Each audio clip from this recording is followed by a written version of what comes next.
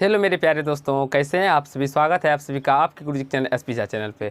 और आज मैं आप लोग को 9th के साइंस के बारे में बताऊंगा, जिसमें कि हम लोग चैप्टर 6 को समझेंगे और अच्छी तरीके से इसे समझने का प्रयास करेंगे। मेरे प्यारे दोस्तों, मैंने आप लोग को चैप्टर 5 तक बहुत ही अच्छी तरीके से बता दिया हूँ, सिखा दिया हूँ, समझा दिया हूँ। अगर आप लोगों ने उस यानी कि चैप्टर 5 के नोट्स पॉइंट नहीं देखे तो उसको देखिए और अपने कंसेप्ट को बढ़ाने का प्रयास कीजिए और सीखने का प्रयास कीजिए। आज हम लोग 6 में ध्वनि चैप्टर के जितने भी नोट्स पॉइंट होंगे उसे हम लोग समझेंगे और सीखने का प्रयास करेंगे।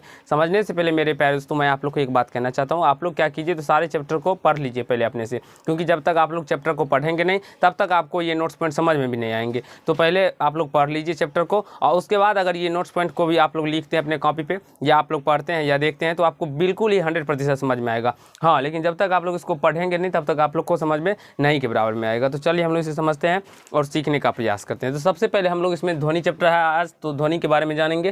तो ध्वनि यानी कि साउंड होता क्या है, नहीं होता है। तो मेरे प्यारे दोस्तों, ध्वनि एक प्रकार का तरंग है। ध्वनि क्या है? एक प्रकार का तरंग है जो यांत्रिक कंपन के द्वारा क्या होता है, उत्पन्न होता है। ठीक है, वाइब्रेट, कोई भी अगर वस्तु वाइब्रेट करता है तो वहाँ पे जो उत्पन्न होता है ना ध्वनि, जो हमारे कान तक सुनाई पड़ती है, उसे हम लोग ध्वनि कहते हैं।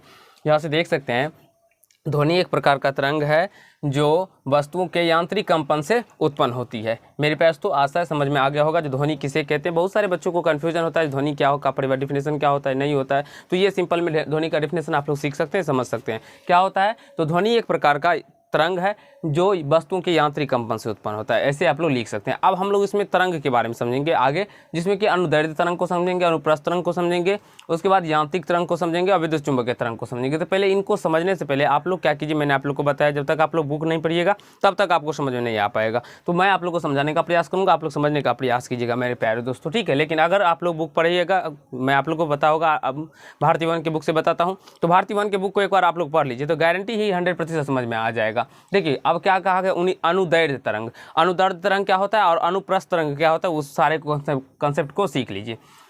देखिए अनुदैर्ध्य तरंग क्या होता है, यदि तरंग संचरण के क्रम में माध्यम के कणों का कंपन तरंग संचरण की दिशा के समांतर होता है। जिस क्या कहा गया, अच्छी तरह से समझने का प्रयास कीजिएगा। यदि तरंग संचरण के क्रम में माध्यम के कणों का कंपन तरंग संचरण की दिशा के क्या होना चाहिए मेरे प्यारे दोस्तों, समांतर हो, तो वैसे तरंग को हम लोग क्या कहते हैं, अनुप्रस्थ तरंग कहते हैं, अनुदैर्ध्य तरंग कहते हैं।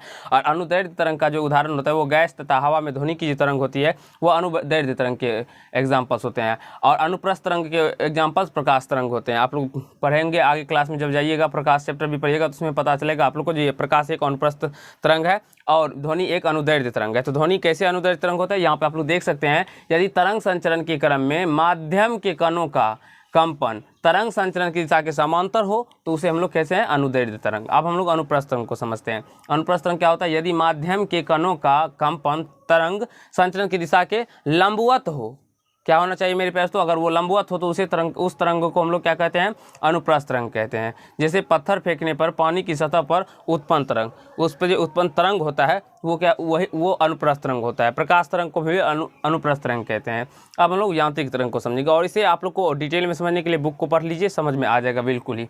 और इसे आप लोग नोट कर लीजिए, तभी आपको क्लियर हो पाएगा यांत्रिक तरंग। और एक बार में पढ़ लेने से या मैं आप लोग को एक बार समझा दूँ तो मेरे प्यारे दोस्तों आप लोग को नहीं क्लियर हो पाएगा, क्योंकि एक ही चीज़ को जब आप लोग बार बार पढ़िएगा तभी आपका क्लियर हो पाएगा। तो इसीलिए इसे बार बार पढ़िए, बार बार लिखिए, बार बार समझने का प्रयास कीजिए, तब समझ में आ जाएगा।